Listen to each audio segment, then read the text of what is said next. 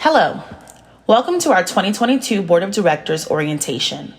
My name is Kayla Sims Austin, and your organization has selected my firm to support you in your onboarding process. I am beyond grateful to have the opportunity to educate you and simplify a few concepts that may be foreign to you. I would like to personally thank you for your commitment to your organization's mission and our community as a whole. Our key takeaways for today will be your fiduciary role, basics of the Form 990, and UBI tax. Let's get started with your financial role. As a board member, you are required to adhere to 3 fiduciary duties. Let's break that down.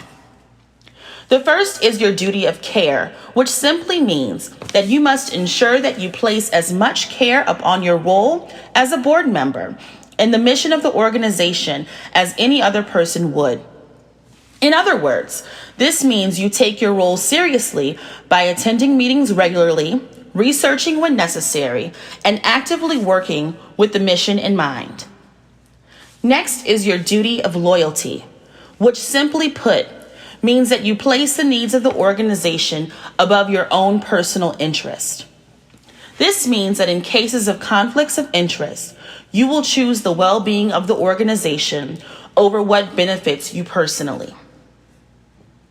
Finally, your duty of obedience, which speaks to you ensuring the organization follows all laws and rules during your time as a board member. During your time on the board, you may have the opportunity to join a financial committee. Most nonprofits have 2 types of financial committees, which are a finance committee and an audit committee. However, in some smaller nonprofit organizations such as yours, the finance and audit committees are merged into one. Next, we'll touch on Form 990. Form 990 is used to annually gather and report information about the activities and expenses of tax-exempt organizations to ensure federal compliance. The main purpose of the form is that it can be used as a tool to verify compliance and also be used toward the prevention of nonprofits misusing their tax-exempt status. This form must be filed by the 15th day of the 5th month after the close of the organization's fiscal year. Be aware, this form is a public form. As a board member, you want to make sure you review this document before submission. Reminder, you have a duty of care to do so. If you would like to view another organization's filings or simply look back on your organization's past filings, you can do so by performing a quick search on guidestar.org.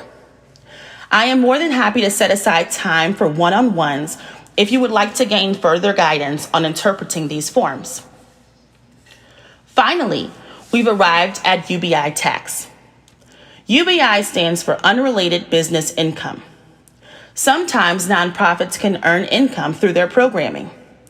The Internal Revenue Code says that if an organization earns income from a trade or business that is unrelated to the mission of the organization, then it is subject to the UBI tax.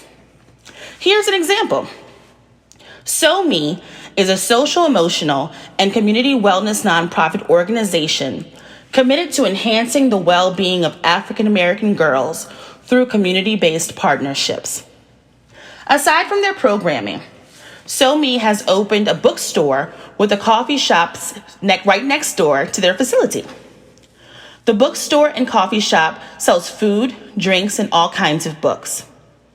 Since the items sold in the bookstore and coffee shop are not directly related to their programming, SoMe will be subject to the UBI tax.